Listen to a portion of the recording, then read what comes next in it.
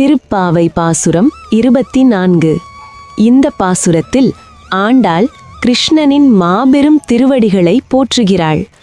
ஒரு காலத்தில் உலகத்தை அளந்தவனாகவும், இன்னொரு காலத்தில் தீமையை வென்ற வீரனாகவும், மற்றொரு சமயத்தில் கோவர்தன மலையை தூக்கிய கருணை நிறைந்த இறைவனாகவும் அவனை நினைவு கூர்கிறாள். இவ்வளவு பெருமை கொண்டவனின் திருவடிகளை எந்நாளும் போற்றி, அவனுடைய சேவையே நமக்கு வாழ்க்கையின் உயர்ந்த பலன் என்று உணர்த்தும் பாசுரமிது.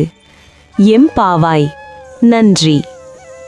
நோம்புக்கு வாங்க, நான் நோன்பு இருக்கிறேன், எனக்கு பரிசு கொடுங்கன்னு சொல்லிட்டு கேட்டிருப்பா. அது பேசும்போதே அவளுக்கு தெரிஞ்சு போச்சு, நம்ம கண்ணனோட ஐக்கியமாக போகிறோம், கண்ணன் நம்மளை கூப்பிட வர போகிறான்னு தெரிஞ்சு போச்சு.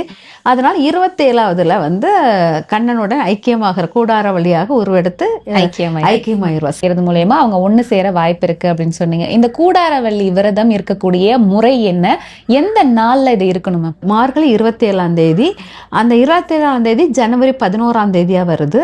அந்த ஜனவரி 11ஆம் தேதி அதிகாலையில் குளித்து நம்ம நம்மளை நல்ல ஆடைகள் அணிந்து, அலங்காரம் ரொம்ப முக்கியமானது. ஏன்னா கூடார வழியில் ஆண்டாள் அலங்காரத்துடன் கண்ணனை அடைந்ததுனால நம்ம அலங்காரத்துடன், பெண்டீரெல்லாம் அலங்காரத்துடன், ஆண்கள் கண்ணன் ரூபமாகவே நம்ம எடுத்து பாவிச்சு நம்ம எடுத்துக்கிட்டோனாலே அலங்கார ரூபத்துடன் இறை வழிபாடுகளை எடுக்கணும்.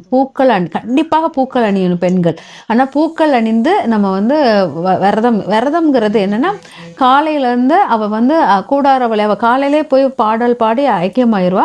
ஆனால் காலையிலேருந்து விரதம் இருந்து மதியானம் அக்கார வடிசல் அப்படிம்பாங்க, அக்கார வடிசல் செய்து உணவு உட்கொண்ட பிறகு அதுக்கப்புறம் தான் மற்ற உணவுகள் சாப்பிடணும். ஆனால் கூடார வள்ளி விரதம் ரொம்ப அதிகாலையில் குளிக்கணும். அதாவது 4:30 to 6க்குள்ளே குளித்து தன்னை அலங்கரிக்கணும். பூக்களாலும் நறுமணமான பர்ஃப்யூம், உடைகள், இதெல்லாமே அற்புதமாக தோற்ற பொழிவுகள் அதிகம் கொடுத்து பண்ணிங்கன்னா அந்த இடம் கூடார வழி